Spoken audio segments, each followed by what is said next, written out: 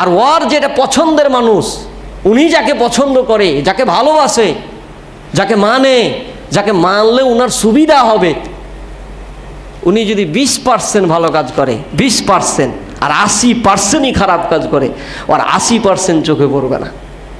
এ কোনো মানুষ হইল রে ভাই? মুমিন তো দূরে থাকে, মানুষই না, মানুষ থেকে বাদ হয়ে যাবে।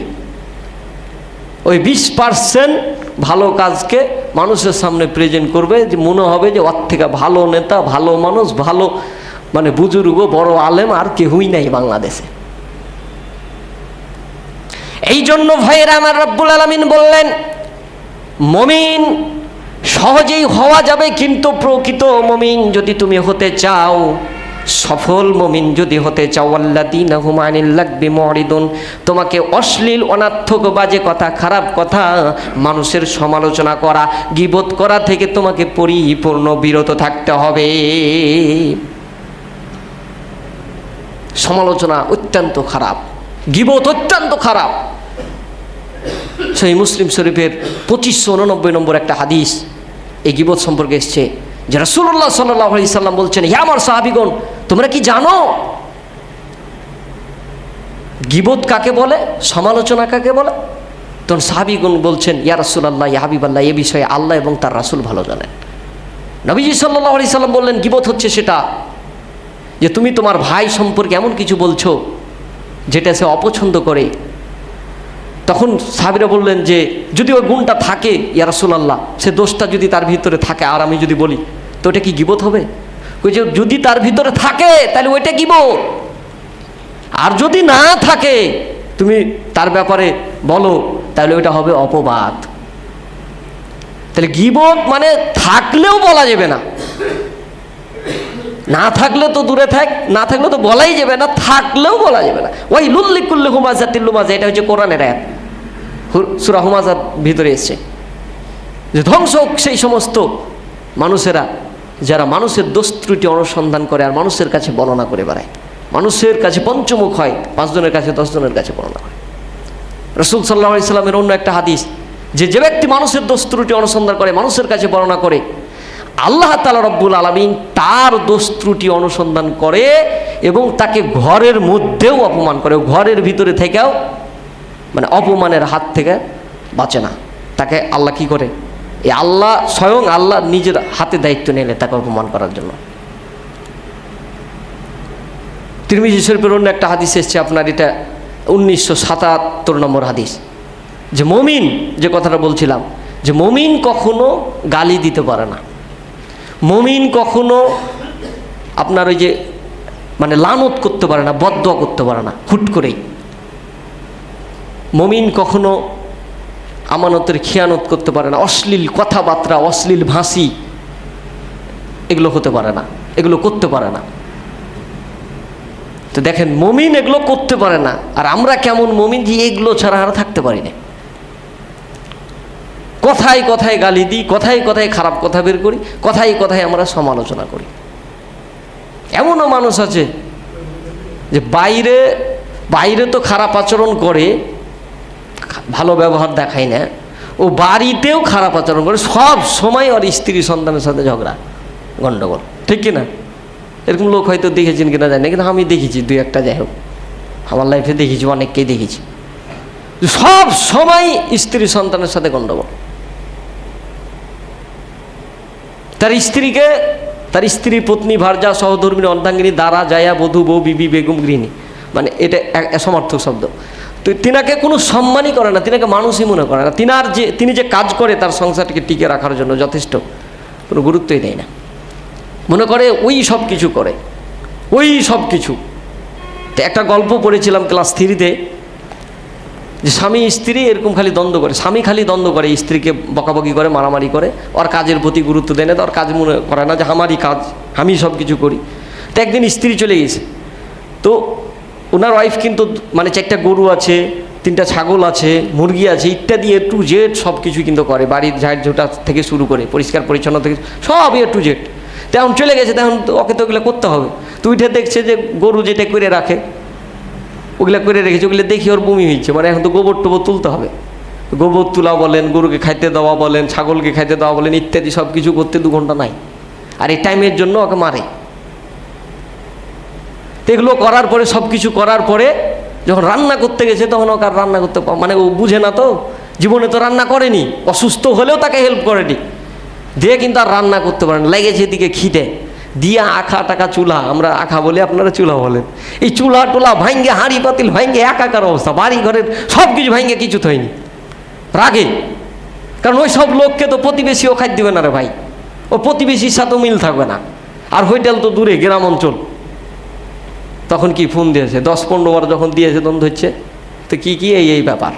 তা আসলে কাজ যখন আপনি করবেন, আপনার ওয়াইফের কাজগুলো, তখনই আপনি বুঝতে পারবেন যে সে আপনার জন্য কতটা পরিশ্রম করে।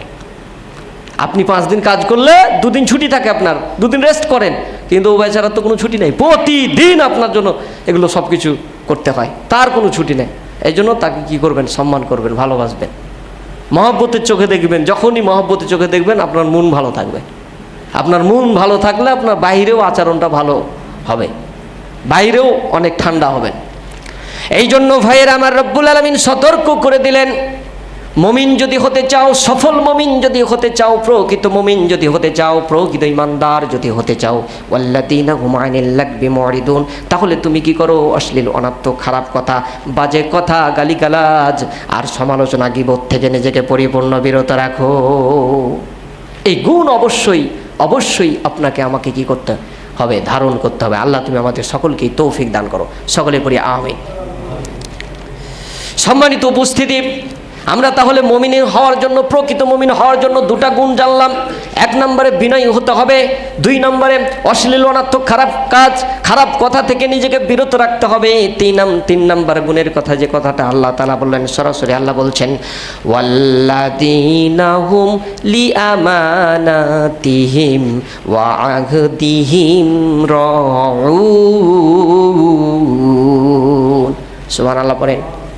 রব্বুল আলামিন বললেন, সফলকাম মুমিন হচ্ছে তারা, প্রকৃত মুমিন হচ্ছে তারা, প্রকৃত ইমানদার হচ্ছে তারা, যারা আমানতের খিয়ানত করে না, আর ওয়াদা করার পরে, অঙ্গীকার করার পরে, প্রতিশ্রুতিবদ্ধ হওয়ার পরে সেটাকে পালন করে, সেটাকে রক্ষা করে। এখন এই আয়াতের উপর আমরা কিছু ব্যাখ্যা করার চেষ্টা করি। এই আয়াতের উপর আমরা কতটুকু আমল করি, কথা বলেন।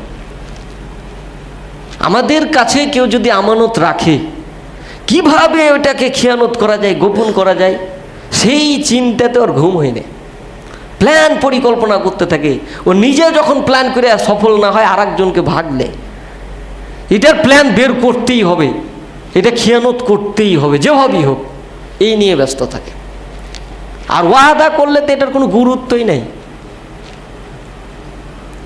কোনো গুরুত্ব নাই।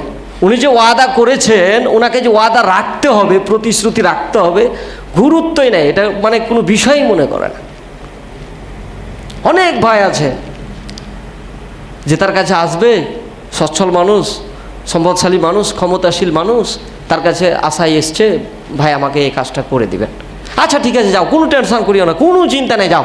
হ্যাঁ, একেবারে পাম্প টাম দিয়ে একেবারে পাঠিয়ে দিয়েছে, যান।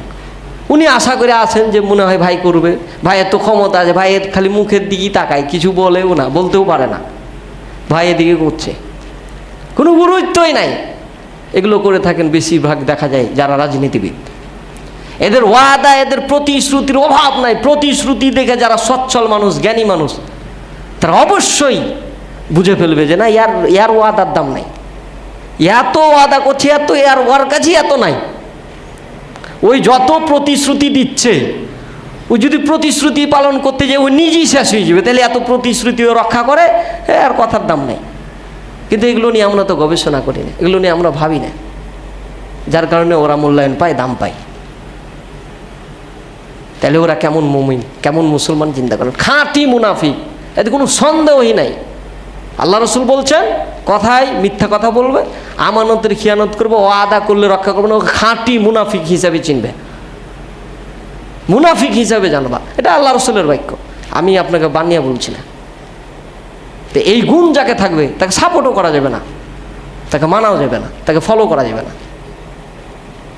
এই জন্য ভাইয়ের আমার, রব্বুল আলামিন আপনাকে আমাকে সতর্ক করে দিলেন, তিন নম্বর গুণের কথা তিনি বলে দিলেন যে তোমরা যদি প্রকৃত মুমিন হতে চাও, প্রকৃত ইমানদার হতে চাও, সফল কাম মুমিন যদি হতে চাও, ওয়াল্লাযীনা হুম লিআমানাতিহিম ওয়া আহদিহিম রাউন, তাহলে তোমরা আমানতের খেয়ানত করিও না। আর ওয়াদা করলে ওয়াদার প্রতি কি রাখো, ওয়াদার প্রতিশ্রুতিকে রক্ষা করার চেষ্টা করো, সেটাকে ভঙ্গ করিও না।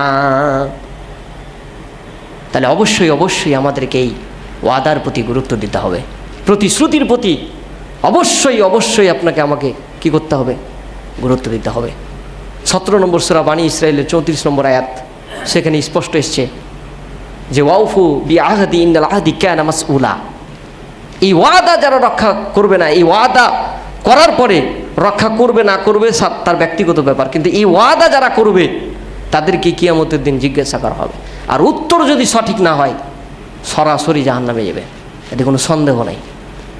তা আমরা যদি পরকালের কথাই ভাবি, জান্নাত জাহান্নামের কথাই চিন্তা করি, প্রকৃত মুমিন হওয়ার জন্য যে গুণাবলী সেগুলো নিয়ে যদি গবেষণা করি, তাহলে তো এত কিছু বলা লাগতো না।